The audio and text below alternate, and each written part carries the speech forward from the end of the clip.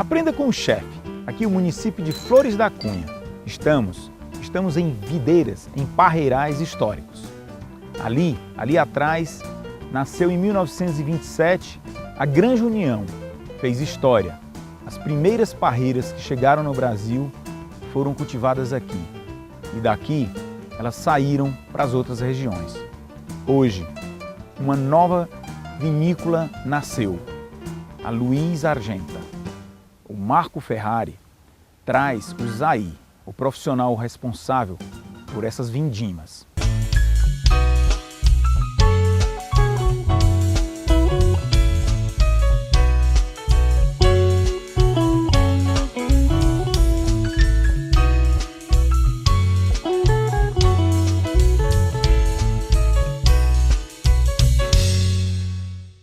Olá amigos, tudo bem? Estamos aqui num vinhedo na cidade de Flores da Cunha, dentro da região dos Altos Montes, no Rio Grande do Sul, Serra Gaúcha. Estou aqui para falar com uma pessoa muito importante, um técnico, um expert do cuidado das pareiras, do solo, que conhece como ninguém essa região. Estou aqui com o Zair Molon. Tudo bom, Zair?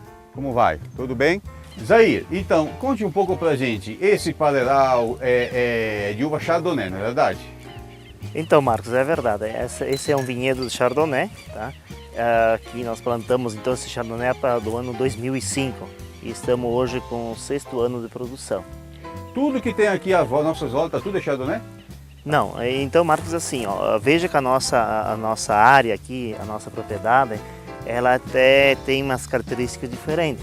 Certo. Dependendo das colinas, ou do solo, ou do próprio terroir, assim seja dito, claro que isso tem a ver muito com o clima, com a variedade, ou a própria, talvez a escolha da variedade, e isso vai determinar pontos estratégicos para a produção.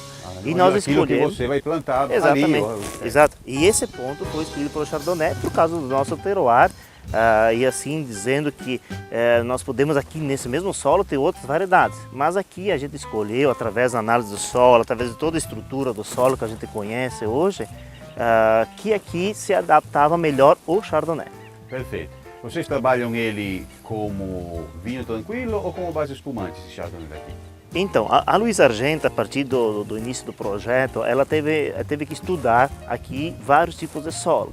E a partir disso, então, se determinou qual que era o melhor clone ou porta-enxerto que se adaptava em determinadas coisas, melhores parcelas. Então, o clone de Chardonnay, nós temos aqui com 6 clones de Chardonnay. Todas as uvas, todas as variedades aqui plantadas na Luiz Argenta são variedades, são mudas importadas da Europa, França e Itália. No caso do Chardonnay, ele é importado, as mudas foram importadas da França. Por quê? Porque lá existiam os melhores clones para se adaptar à base de espumante e também para a produção de vinhos. Então nós temos 3 Chardonnays, 3 clones de Chardonnay para espumante e 3 clones para vinho. E aqui nesse ponto mesmo, nós selecionamos um clone que se adapta à nossa produção do nosso espumante brut. Então daqui sairá o espumante brut. Aqui sai as melhores bases, as melhores uvas para o espumante brut. Para a base espumante, Isso. Perfeito. Tem alguma coisa a ver, Zair, o fato que nós estamos aqui, por exemplo, no fundo do vale, basicamente, e lá em cima, o Chardonnay que está lá em cima. Tem alguma diferença entre essa situação de declive? Sim, poderá existir. Então, no momento da colheita, que é determinado pelo enólogo, tá? Eu passando as características da uva e questão de como é que está essa uva aqui na coisa, eu faço pequenas colheitas, retiro pequenas amostras dessa parcela, levo para ele e ele manda analisar. E ele vai determinar, tá, qual que é o ponto de colheita. Nós podemos usar naquele top uvas para vinhos. E talvez aqui para vinhos, para base de espumante. Então isso significa, se eu entendi direito, que de acordo com essas medições que você e o enólogo fazem, Exato. Basicamente você pode escolher e fazer uma colheita num dia nessa parte e a parte lá de cima você vai colher em outro dia? Nós selecionamos, a colheita feita manual, então quer dizer o quê? que para uma base espumante eu preciso ter uma uva com uma acidez mais alta, não Isso. preciso ter um grande teor de açúcar ou um grande álcool potencial. Para vinhos, sabendo que talvez nessa parcela eu tenha uma uva que me dá condições para produzir grandes vinhos, eu vou deixar ela permanecendo no vinhedo até que atinja um ponto de maturação ideal para fazer os vinhos. Perfeito. Tá? Se eu tenho interesse em fazer base espumante, eu posso antecipar a colheita e colher ela para base Perfeito. espumante. O que o Zé está falando, que está explicando para nós, é aquela que é denominada viticultura de precisão, não é verdade? Exatamente. Basicamente é feito um mapeamento, um rastreamento da qualidade potenciais de cada parcela do vinhedo para destinar aquelas uvas daquelas plantas a fazer, como ele falou, base espumante ou talvez vinho, dependendo do evoluir climático, né, do ano, etc. Então, a partir daí, a colheita é feita em várias etapas. Esse é um processo caro, é um processo mais demorado, mas é para ter o foco na qualidade. Eu não é? diria até mais, porque a gente pode, nessa mesma parcela, nós colhermos em duas etapas.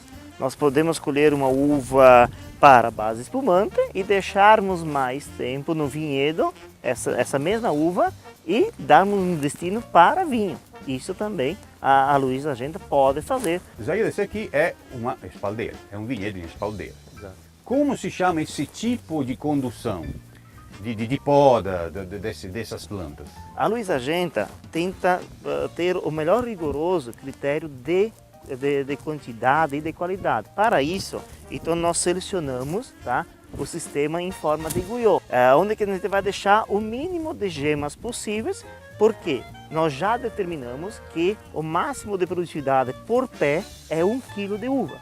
E para isso não é necessário ter todas as gemas. Tá? Quanto menos uvas, o equilíbrio de produção, melhor vai ser a minha qualidade em termos de aromas, de taninos, de açúcares, de álcool no vinhedo. Porque em cada quilo de uva existe uma relação. Em cada quilo de uva precisa de um metro de massa foliar. E fazer agora um pequeno exemplo, vou eliminar alguns galhos, né, que não me servem, ok? Vou eliminando e vou deixar, tá, o total máximo de gemas, né, para mim atingir 1 kg de uva durante esse processo.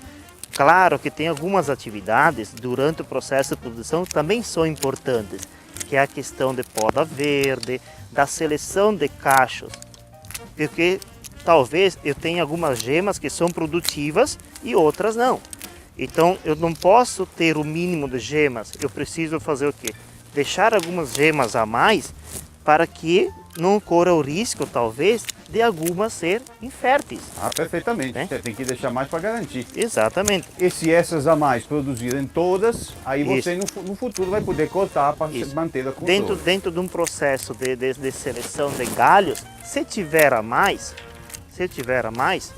veja, ok, né? Então o que eu faço? Isso é a forma de guiô. Eu mantenho o pé, a base minha aqui, nessa altura de 80 centímetros, e aqui eu vou conduzir dessa forma aqui. Eu tento arquear mais para que exija aqui uma forçagem de brotação. Então aqui eu deixei, digamos que tenha cada mão aqui minha, né?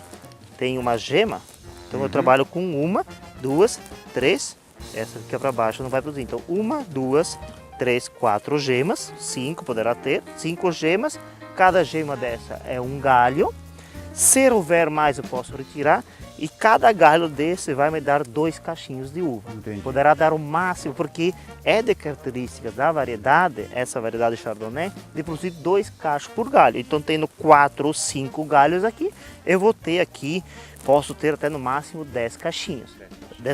Mas eu preciso trabalhar com essa margem de erro, porque se alguma dessas gemas não foram férteis, eu não posso correr o risco, talvez, de deixar. Na verdade, existe uma tecnologia, uma técnica, todo um conhecimento por parte de quem trabalha no vinhedo e no campo para poder aproveitar ao máximo, sempre com foco na qualidade, dependendo também de suas ações de acordo com o tipo de solo, etc. Eu diria mais, Marcos, que além de todo esse controle que nós temos como em laboratório e tal, além, nós temos um sistema de controle de rastreabilidade de todos os processos, desde a análise do solo até o momento final da colheita. E a gente tem então um mapeamento de dados, onde que após a colheita se reúne com os dados da vinícola e com o enólogo da vinícola, que talvez futuramente, a gente vai passar futuramente através de um código de barras, que a pessoa pode digitar lá no vinho que ela vai estar adquirindo da Luiz Argenta e pode ver o dia da poda, o dia do desbroque. Eu ouvi dizer que aqui existe um vinhedo com as primeiras pareiras que foram plantadas, pioneira da vitivinífera aqui no Rio Grande do Sul, é dentro dessa propriedade, não é verdade? É verdade isso? Isso é verdade, Marcos. Então o que acontece? Lá em 1929, quando se iniciou o plantio das primeiras uvas, ou melhor, vinhedos viníferos aqui no Brasil, foi nessa propriedade que iniciou.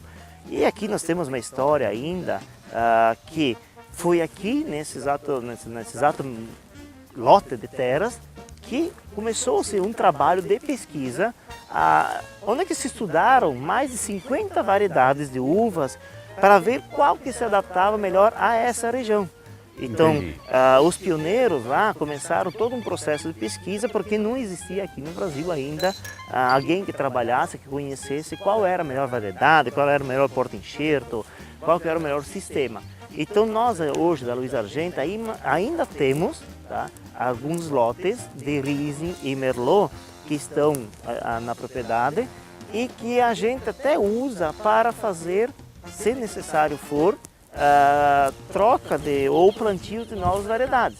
Então a gente traz o porta-enxerto, faz a enxertia com esse material aí, porque é esse material que os antigos começaram todo um processo de trabalho. Toda a herança genética vindo lá de 1929 está sendo aproveitada. Nós estamos multiplicando aqui. Multiplicando e basicamente sempre buscando a qualidade. Exatamente. Daí, muito obrigado e para vocês também muito obrigado pela audiência. Até a próxima. Obrigado.